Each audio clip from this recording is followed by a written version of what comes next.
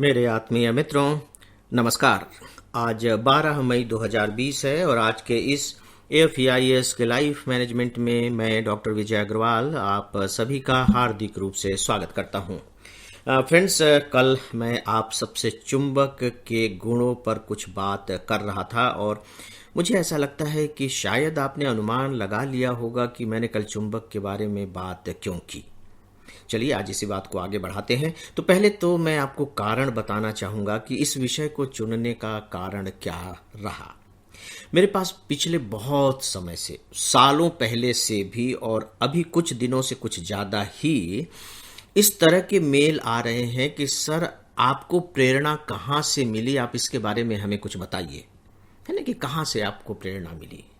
दोस्तों, एक दो बातें मैं इसके साथ ऐड करना चाहूंगा। पहली बात तो यह कि जब आप लोग मुझसे मेरी प्रेरणा के बारे में पूछते हैं तो निश्चित रूप से कहीं ना कहीं अच्छा ही लगता है, लेकिन पूरी विनम्रता के साथ और पूरी ईमानदारी के साथ मैं इस बात को स्वीकार करता हूं कि मैं जब अपने आसपास देखता हूं बहुत से लोगों को तो पाता हूं कि उनकी जो प्रेरणा रही है वो मुझसे कई गुना ज्यादा अच्छी रही है, बड़ी रही है। उनके जो संघर्ष रहे हैं मुझसे कई गुना बड़े संघर्ष रहे हैं और उनकी जो उपलब्धियां भी रही हैं वो मुझसे कई गुना बड़ी उपलब्धियां रही हैं। इसलिए जब कोई मेरी प्रेरणा के बारे में पूछता है तो मुझे बहुत संकोच होता है। संकोच इस मायने में कि यार, दुनिया में इतने सारे लोग हैं, उन्होंने क्या क्या संघर्ष किए हैं, कितनी बड़ी बड़ी उपलब्धियां पाई हैं। उनके सामने तो जो मेरा कद है वो बौना वाला भी नहीं है। सच, और ये मैं पूरी ईमानदारी के साथ और पूरे मन से बता रहा हूं। दोस्तों, वैसे मैं अपनी बात कहना चाहूं तो बहुत बढ़ा चढ़ाकर अपनी बातें रख सकता हूं, लेकिन पता नहीं क्यों जब मैं दूसरों को देखता हूं तो मुझे उनका कद अपने कद की तुलना में कई गुना ज्यादा बड़ा मालूम पड़ता है। तो इसलिए मैं अपनी प्रेरणा के बारे में क्या बताऊं। तो मैंने ये फैसला किया कि नहीं, मैं अपनी प्रेरणा के बारे में नहीं बताऊंगा, बल्कि ये प्रेरणा काम कैसे करती है, बेहतर है कि मैं इसे आधार बनाकर आप सबसे बात करूं कि प्रेरणा जो मिलती है, जो प्रेरणा आती है, वो उसका मनोवैज्ञानिक सिचुएशन क्या है, वो आती कैसे है। दोस्तों, ऐसा बिल्कुल भी नहीं है कि आपके सामने, आपके चारों तरफ, आगे पीछे, ऊपर नीचे प्रेरणाएं बिखरी हुई नहीं है। प्रेरणाएं बिखरी हुई हैं, अनंत प्रेरणाएं बिखरी हुई हैं और पल पल में प्रेरणा से संबंधित घटनाएं घटित हो रही हैं। मजेदार बात यह है कि आपकी आंखें उन्हें देख रही हैं, आपका दिमाग उन्हें समझ रहा है और कुछ देर के लिए आपका मन उन्हें स्वीकार भी कर रहा है, और स्वीकार करने के बाद आप इतने उत्तेजित हो उठते हैं कि आप संकल्प भी ले लेते हैं कि नहीं, मैं ऐसा करूंगा। आप बताइए कि क्या ऐसा नहीं है।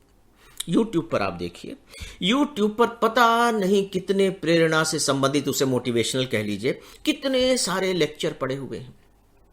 लोग पूरे ताम झाम के साथ आते हैं, पूरा का पूरा हॉल भरा हुआ है। उनके पहुंचते ही हॉल बिल्कुल तालियों की गड़बड़ाहट से बिल्कुल गूंज उठता है और वो आते ही वो हाथ उठा उठा करके पता नहीं क्या क्या करते हैं। हम दुनिया में ये कर डालेंगे, आप क्या नहीं कर सकते, आप वो कर सकते हैं। खूब जोशीले अंदाज में बोलते हैं, एक नहीं ज्यादातर आपको ऐसे मिलेंगे। और उनको देखने के बाद, सुनने के बाद डेफिनेटली हम में भी जोश आ जाता है। उनमें से मैं भी हूं, मुझे भी जोश आ जाता है और लगता है यार कि कितनी जबरदस्त बात कही जा रही है, कि वास्तव में हम भी ऐसा कर लेंगे। एकदम अंदर से उफान, उबाल जैसा आता है। हमें अच्छा लगता है, अच्छा लगना भी चाहिए। जो बातें की जाती हैं बहुत अच्छी अच्छी बातें ही की जाती हैं, क्यों नहीं अच्छा लगना चाहिए। अगर वो हमें अच्छा नहीं लग रहा है तो हमें सोचना चाहिए कि यार ऐसा क्यों हो रहा है। बात तो बहुत अच्छी है, कहने का अंदाज बहुत अच्छा है, लोग बिल्कुल एक एक बात पर तालियां बजा रहे हैं, तो बात तो जोशीली है, तो मुझे अच्छा क्यों नहीं लग रहा है, ये हमें सोचना ही चाहिए, अच्छा लगना ही चाहिए। यहां जो मेरी बात है वो इससे संबंधित नहीं है कि वो किस तरीके से अपनी बात को प्रस्तुत करते हैं। ठीक है, सबका अपना अपना स्टाइल है। यहां जो मेरी चिंता है वो ये है कि हमें जब वो चीजें इतनी जोशीली लग रही हैं, हमारे ऊपर जब उनका इतना जबरदस्त प्रभाव पड़ रहा है, तो वो प्रभाव हमारे अंदर टिकता क्यों नहीं है। तो अगर वो हमारे अंदर नहीं टिक रहा है तो हम कहने वाले की गलती माने या फिर हम अपनी गलती माने, कि हम सीधे कह लेंगे भैया कहने वाला ठीक ठाक तरीके से नहीं कह रहा है, हमारे अंदर जोश भर देता है, हवा भर देता है, पंप कर देता है और इसके बाद चीजें गायब हो जाती हैं। या तो हम ये मान लें या फिर हम ये माने कि नहीं, वो कहे तो बहुत सही बात रहे हैं, बहुत सही अंदाज से भी कहते हैं, सुनकर के अच्छा लगता है, मजा भी आता है, लेकिन उस समय तो ठीक ठाक रहता है, कुछ समय के बाद सब कुछ टाइफिस हो जाता है। तो कहीं हमारे ही अपने मैकेनिज्म में तो कोई गड़बड़ी नहीं है? मतलब दो में से एक ही चीज हो सकती है। तो सच पूछे तो इन्हीं तथ्यों को दिमाग में रखने के बाद मैंने इसको आधार बना करके कि मुझे कहां से प्रेरणा मिली है, मैंने उसको ऑब्जर्व किया कि मुझे कहां कहां से प्रेरणाएं मिली। तो वो कहानी किस्सों की तरह है, उन्हें मैं भी गिना सकता हूं कि यहां से यहां से यहां से। लेकिन जब मैं उन्हें एक साथ रख करके और उनका विश्लेषण करने लगा कि यार इतनी सारी घटनाएं घटित हुई जीवन में, तो यही क्यों याद है? आप देखिए कि जिंदगी में आपके रोजाना कितनी घटनाएं घटती हैं, तो यही क्यों याद है?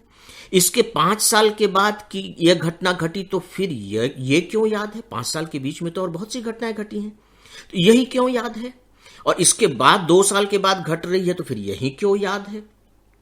तो फिर मैंने सोचने की कोशिश की कि क्या ये जो तीनों घटनाएं 10 साल के अंतराल में या 7 साल के अंतराल में जो भी कह लीजिए घटी हैं, क्या इनके बीच में कोई लिंक है? इनके बीच में क्या कोई संबंध है या कोई ऐसा धागा है जो इन तीनों को एक में जोड़ करके रखे हुए है? तो मुझे वो भी पकड़ में आ गया कि हां, नहीं, इनके बीच में लिंक है।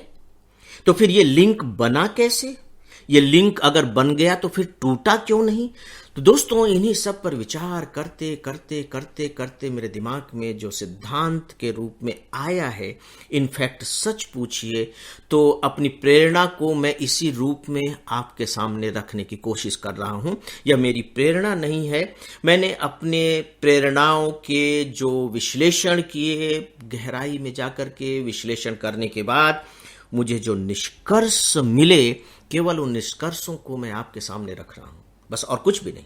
और उसके पीछे रीजन है, उसके पीछे रीजन ये है, मुझे ऐसा लगता है कि जैसे मान लीजिए कि मैं एक गणित का टीचर हूं और मुझे आप बहुत पसंद करते हैं, मैं बहुत अच्छा गणित पढ़ाता हूं और मेरे पढ़े हुए स्टूडेंट टॉप करते हैं, बहुत अच्छे नंबर लाते हैं, राइट? लेकिन मैं करता क्या हूं? मैं करता ये हूं कि उन्हें गणित रटवा देता हूं। मुझे मालूम है कि ये जो 20-30 तरह के गणित हैं, यही गणित परीक्षा में पूछ लिए जाते हैं, तो मैं अपने स्टूडेंट को गणित रटवा देता हूं, एकदम प्रैक्टिस करा करा करके, जैसे बहुत से आईआईटी यही करते हैं, खूब प्रैक्टिस कराते हैं, क्वेश्चंस की खूब प्रैक्टिस कराते हैं और उनमें से क्वेश्चन आ जाते हैं, तो वहां तो आप नंबर ले आते हैं। एक तो टीचर के रूप में मैं ये करूं, और दूसरा मेरा यह है कि नहीं, मैं गणित पढ़ रटवाऊंगा नहीं, मैं गणित के फार्मूले समझाऊंगा। मैं उन्हें फार्मूला बताऊंगा कि देखो, ये गणित अगर इस तरह के कोई भी इस तरह का कोई गणित आ जाए तो तुम इस फार्मूले का यूज करो। उस गणित में हो सकता है कि थोड़ी सी इधर उधर की भी बातें हों, तो उन्हें इस तरीके से समझो और इस फार्मूले का उपयोग करके उसका सलूशन खुद निकाल लो। तो अगर सच में मुझे गणित का टीचर मिलने का अवसर मिले, सौभाग्य मिले, तो मैं ये दूसरे तरीके को अपनाना चाहूंगा कि मैं फार्मूला बताऊं, क्योंकि जो फार्मूला होगा वो आपका अपना हो जाएगा, वो आपको सक्षम बनाएगा। लेकिन जब मैं गणित रटवा दूंगा तो वो आपको सक्षम नहीं बनाएगा।